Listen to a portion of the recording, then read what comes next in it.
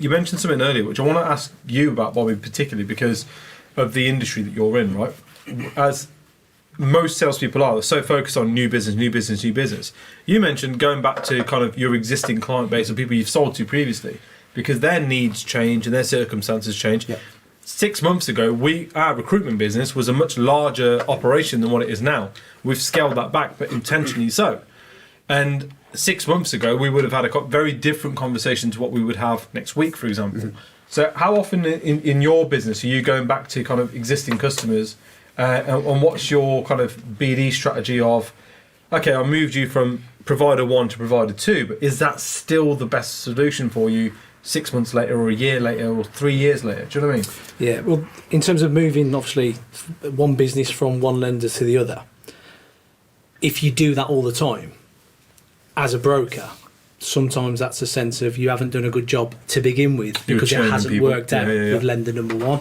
So as little as that as possible, but obviously circumstances change. An agency could be heavily involved with neutral vendors day one, so there's only certain lenders for neutral vendors, and then I know their business strategy could change where they're going to a lot more direct clients year 2, and obviously turnover might shoot through the roof, hence the reason they can get a more competitive deal elsewhere. So circumstances like that, as a broker, you can go in there, obviously add some value for placing it with the right. But the question, I suppose, is that how much time does from a business development point of view, do you guys spend reviewing that kind of setup and circumstance? Do you know what I mean? Yeah, not enough.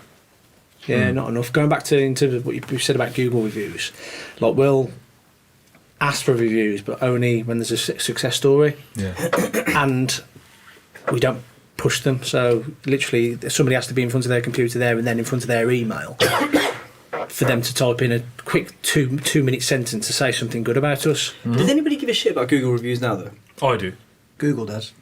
Yeah, Google when was the last time? Me and Google. When's the last time that you guys made a purchase where you looked at the reviews first? Genuinely, yeah, I do. I do, and I think there's a lot of tools that we can use to engage an audience and to influence them. And actually, if we chip away at the small ones that we think don't add value, bit by bit, those small ones are going to amount for 20-25% of potential leads. So if Google's only 5%, actually, eventually, that's going to become a big chunk because I've cancelled that one and that one and that one. So I think although the impact is smaller, when you compile all those avenues together, actually you reach an opportunity to capture a market. It's still there. And in fact, you're always going to have somebody that loves to go and go, I'm going to look on Google. Totally. Those people are always going to be there. You still have people that buy hard books because that's how they feel comfortable rather than... And things move forward, but you're going to have that market still there. Yeah. And I think those that lean into it can capture a market because there's that many people that are leaning away from it because of that thought. For me, my LinkedIn recommendations are huge because